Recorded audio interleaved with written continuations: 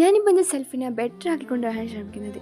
പണ്ട് മുതലേ എനിക്ക് ഇന്ന് കളിയാക്കുന്ന ഒരു കാര്യമായിരുന്നു. എൻ്റെ സംസാരം തീരെ മനസ്സിലാവില്ല, ഇനി എങ്ങോട്ടായി പോകണേ, എന്ത് സ്പീഡാണ് സംസാരിക്കുന്നത്, എനിക്ക് ഒന്ന് സമാധാനത്തിൽ പറഞ്ഞൂടെ, അതെന്നെ കുറച്ച് മനസ്സിലാവുന്ന രീതിയിൽ സമാധാനം പറയും എന്നൊക്കെ പറഞ്ഞിട്ട്. അപ്പം ഞാൻ പറയും, ഞാൻ ഇത് അറിഞ്ഞുകൊണ്ട് പറയുന്നതല്ല, എന്നെക്കൊണ്ട് അവിടെ ട്രൈ ചെയ്യുന്നുണ്ട് എന്നുള്ളത് ഞാൻ പറയും. ഈവൻ എൻ്റെ ഫാമിലി പോലും അങ്ങനെ പറയുമ്പോൾ ഇപ്പം ഞാൻ ചെയ്യുന്നത് എന്താ വെച്ചാൽ, ഞാനിപ്പോൾ സാവധാനം പറയുകയാണെങ്കിൽ എനിക്കത് നിങ്ങൾക്ക് വിശദീകരിച്ച് തരാൻ വേണ്ടി ഞാൻ കുറേ പറഞ്ഞു പോകും.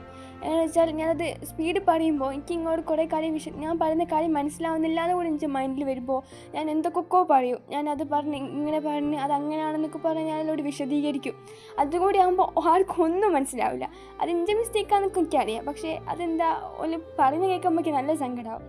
ഇങ്ങനെയൊക്കെ ആണെങ്കിലും ഞാൻ ട്രൈ ചെയ്യുന്നുണ്ടല്ലോ, ഞാൻ ബെറ്ററാക്കി കൊണ്ടുപോകാൻ ശ്രമിക്കുന്നുണ്ടല്ലോ, അല്ലാണ്ട് ഓല് പറയുന്നത് കേട്ട് മൂലെ കുത്തുന്ന കാര്യം മാത്രമല്ലല്ലോ ഞാൻ ചെയ്യുന്നത് എന്ന് ആലോചിക്കുമ്പോൾ എനിക്ക് സന്തോഷമുണ്ട്.